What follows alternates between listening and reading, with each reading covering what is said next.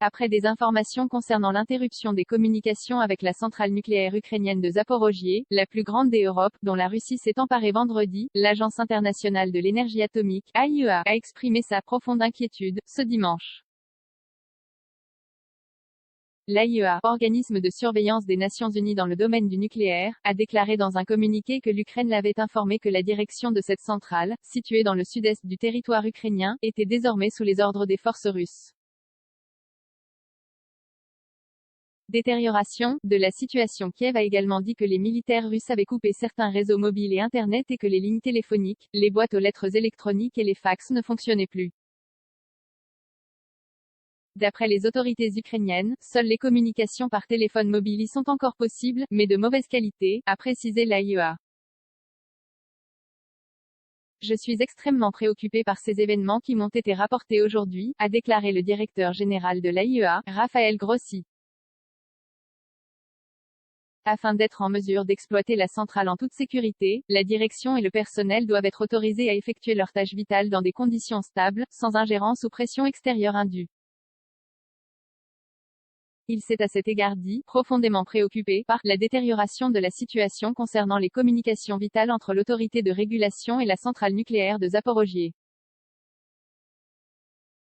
Des communications fiables entre le régulateur et l'exploitant sont un élément essentiel de la sûreté et de la sécurité nucléaire globale, a-t-il noté.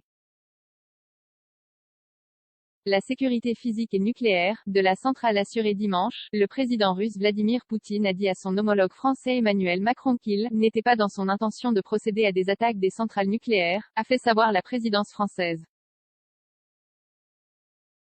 Le chef de l'État russe a affirmé à cette occasion que la sécurité physique et nucléaire de la centrale de Zaporojye était assurée, selon le Kremlin. Il a donné son accord afin qu'un dialogue s'engage entre AIEA, Ukraine et Russie pour que les centrales soient mises en sécurité, a relevé Paris. L'AIEA a en outre signalé que le régulateur nucléaire ukrainien l'avait informé que les communications avec le personnel de la centrale ukrainienne de Tchernobyl, théâtre d'un accident nucléaire majeur en 1986, qui a été prise par les soldats russes le 24 février, n'étaient possibles pour l'instant que par courrier électronique. La crainte d'un accident nucléaire, ses employés ne seraient pas non plus en mesure d'effectuer des rotations, ce qui a conduit Raphaël Grossi à insister sur l'importance pour le personnel d'exploitation de pouvoir se reposer afin d'effectuer ces tâches importantes en toute sécurité. Le patron de l'AIEA a proposé vendredi de se rendre en Ukraine, quelques heures après que les forces russes ont pris le contrôle de la centrale de Zaporojye à la suite de combats avec les troupes ukrainiennes, qui ont provoqué un incendie et fait craindre un accident nucléaire.